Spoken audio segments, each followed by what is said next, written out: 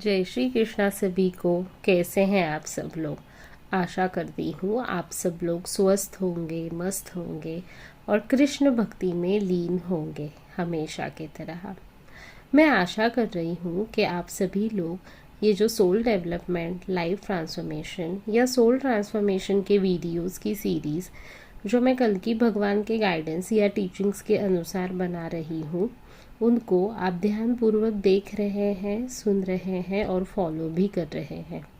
अपने जीवन में उस प्रकार से बदलाव और बर्ताव की कोशिश कर रहे हैं ताकि आप युग परिवर्तन का भाग बन सके, सतयुग के सुनहरे जीवन का भाग बनने के लिए खुद को तैयार कर सके। इन सब टॉपिक या वीडियोस के माध्यम से आप ये समझ सके कि आपको खुद में कौन से बदलाव कर सतयुग में जाने के लिए खुद को सफलतापूर्वक काबिल बनाना है। आज जिस टॉपिक पर हम बात करने वाले हैं उस टॉपिक का नाम है, एक स्त्री माता पार्वती भी होती है और माता महाकाली भी। स्त्री अपने जीवन काल में अनेक भूमिकाएं निभाती है। बच्ची के रूप में पैदा होकर घर में खुशी, नव चैतन्य लेकर आती है।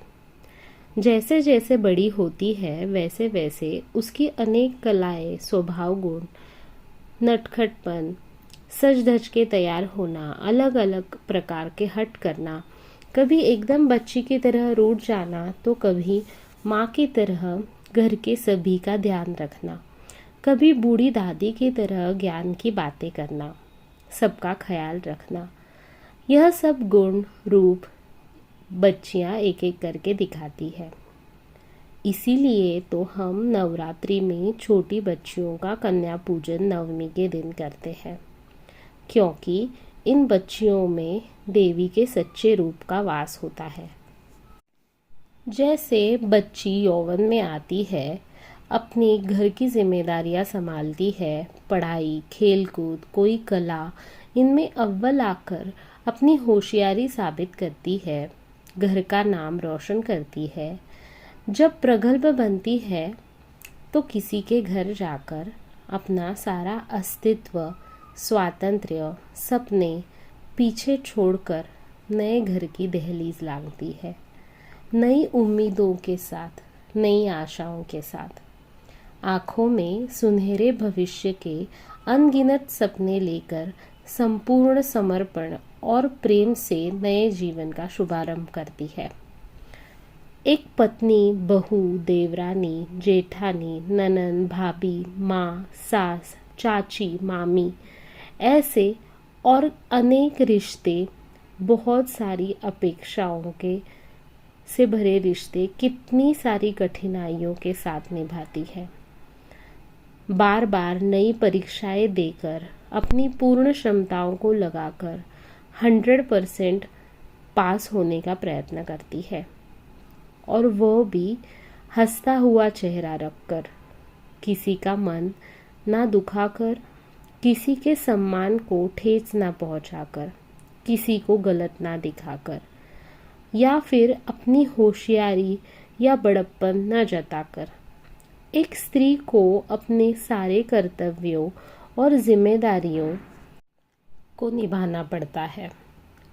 कई बार अपनी इच्छाएं मारकर, अपने स्वयं के दुख दर्द छिपाकर, अपनी बीमारियों को नज़रअंदाज कर कर, फिजिकल मेंटल लिमिटेशंस से ऊपर आकर, अपनी घबराहट, झिझक, नापसंदी को छुपाकर कई कार्य अपने मन के विरुद्ध भी उन्हें करने पड़ते हैं।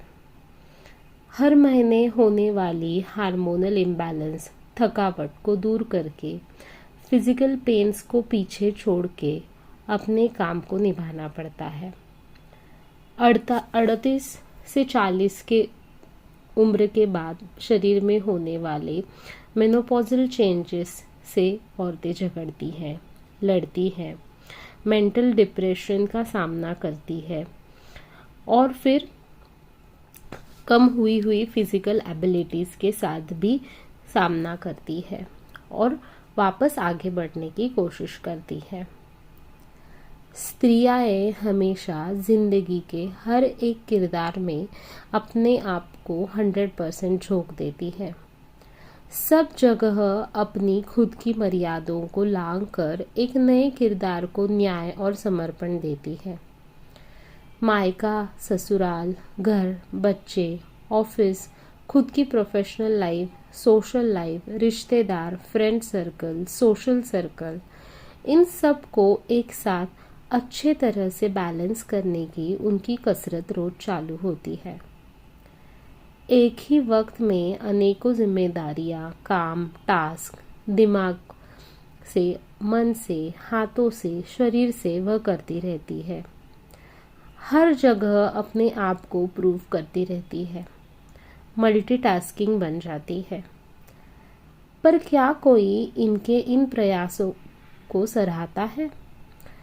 इनकी कोई प्रशंसा, मीठे, उत्साह, ताकत बढ़ाने वाले 4 शब्द कोई बोलता है? सब लोग इनको टेकन फॉर ग्रांटेड ले लेते हैं। सुबह जल्दी उठना, घर की साफ सफाई, नाश्ता, दोपहर का खाना, बच्चे, पति का टिफिन, खुद के काम की जल्दबाजी, आने वाले फ़ोन कॉल्स, फिर दिन भर में किए जाने वाले कामों की लिस्ट, रात के खाने की तैयारी, दूसरे दिन, 2 दिन बाद अगले हफ्ते क्या करना है, ये सब बातें दिमाग में कैलकुलेटर की तरह चालू रहती है। पर इसकी किसी को परवाह नहीं होती है कि ये औरत जो हमारे सामने खड़ी है या दिन भर जो दौड़ भाग कर रही है, वो मशीन नहीं है। एक जीती जागती इंसान है जो मशीन की तरह काम कर रही है। वह सबकी देखभाल कर रही है। मेंटली, इमोशनली, फिजिकली सबके लिए अवेलेबल है। पर क्या कोई उसके लिए अवेलेबल है? कोई उसकी परवाह कर रहा है? क्या उसके लिए कोई खड़ा रहता है? पर जब वह मशीन एक दिन थोड़ा बीमार होता है या बिगड़ जाता है, तो सबको उसका एहसास होता है और फिर सबको उसका महत्व समझ में भी आ जाता है। एक स्त्री अपने जीवन में छोटी अशोक सुंदरी है, जो कन्या बनकर सूने कैलाश को भी खिलखिला देती है। माँ राधा है, जो एक प्रेमी के जीवन में प्यार के रंग को भर देती है। माँ पार्वती है, जो कैलाश को घर बना देती है और हर कार्य में पति की अर्धांगिनी बन जाती है। माँ अन्नपूर्णा है, जो घर परिवार की क्षुधा अनेक स्वादिष्ट व्यंजनों से शांत करती है। माँ लक्ष्मी है, जो घर में आर्थिक स्थैर्य, नियोजन और सुख सुविधाएं लाती है। माता कुंती है, जो घर में कितनी भी विद्रोह, कपट या छल हुआ तो भी परिवार को एक साथ एकजुट रखने का प्रयास करती है। पर यही स्त्री अगर बार बार उपेक्षा, अनादर सहती रही, उचित प्रेम, साथ, अपनापन, सराहना, आदर इनकी लाभार्थी ना बनी, केवल एक वस्तु की तरह अपने कामों, इच्छाओं, अपेक्षाओं के लिए इस्तेमाल करी गई, तो उसे माता महाकाली का रौद्र रूप लेने में वक्त नहीं लगता है। बार बार होने वाली मानसिक प्रताड़ना स्त्री को अंदर से तोड़ देती है। उसके अस्तित्व, उसके किए जाने वाले कर्तव्यों, कार्यों, जिम्मेदारियों पर प्रश्न चिन्ह उठा देती है। वह अपने आप को दुर्लक्षित, प्रताड़ित, शोषित समझने लगती है और यही तीव्र भावनाएं पार्वती माँ जैसी स्त्रियों को माता महाकाली का रूप लेने के लिए विवश कर देती है। अपने आप के एक नए, उग्र, अनदेखे, क्रोधित रूप से मिलवा देती है, जो इतर प्रेम, करुणामय, लोभस रूपों से बहुत अलग होता है, जिसका दाह सबको झेलना पड़ता है, फिर वह घर परिवार हो या कैलाश रूपी संसार।